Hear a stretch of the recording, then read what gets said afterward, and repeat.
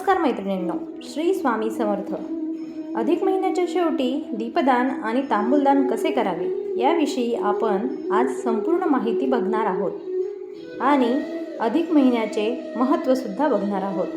तर अधिक महिना हा अत्यंत पुण्यदायी आणि दुर्लभ मानला जातो.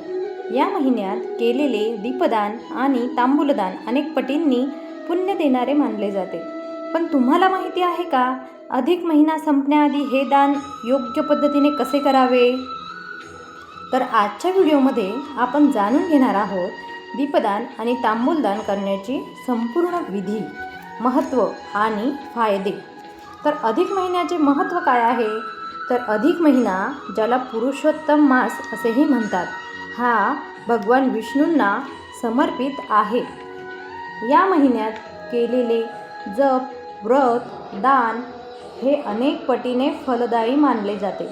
विशेषतः शेवटच्या दिवसात केलेले दीपदान आणि तांबूलदान हे दुःख, अडथळे आणि नकारात्मक ऊर्जा दूर करण्यासाठी अत्यंत प्रभावी मानले जाते.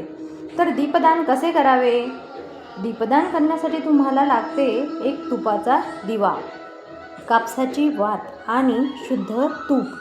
सर्वप्रथम काय करायचं आहे? तर सर्वप्रथम सकाळी किंवा संध्याकाळी स्नान करून शुद्ध व्हा.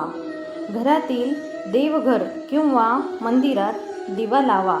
दिवा लावताना मनात भगवान विष्णू किंवा आपल्या कुलदेवतेचे स्मरण करा. ओम नमो भगवते वासुदेवाय या मंत्राचा जप करा. हा दिवा दक्षिण किंवा पूर्व दिशेला ठेवणे शुभ मानले जाते. हा दीपदान अंधकार दूर करून जीवनात प्रकाश आणि सकारात्मकता आणतो. तर आता आपण पाहूया तांबूलदान कसे करावे. तर तांबूलदान म्हणजे पान, सुपारी, काथ आणि लवंग यांचे दान.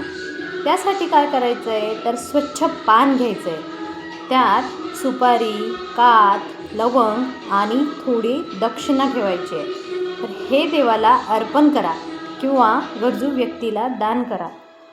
मनात कृतज्ञता आणि भक्तिभाव ठेवा. तांबूलदान हे सौभाग्य वाढवणारे आणि घरातील सुख शांती वाढवणारे मानले जाते. तर यामुळे आपल्याला फायदा काय होणार आहे? तर अधिक महिन्यात केलेल्या या दानांचे अनेक फायदे सांगितले गेले आहेत. घरात सुख समृद्धी वाढते, नकारात्मक ऊर्जा कमी होते, पितरांचे आशीर्वाद मिळतात, जीवनातील अडथळे दूर होतात, मानसिक शांती प्राप्त होते. तर मैत्रिणींनो, अशा पद्धतीने अधिक महिन्याच्या शेवटी दीपदान आणि तांबूलदान केल्यास आपल्या जीवनात सकारात्मक बदल येऊ शकतो.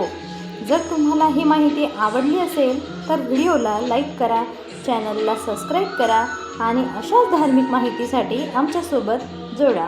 जय श्री महाविष्णू, जय श्री स्वामी समर्थ.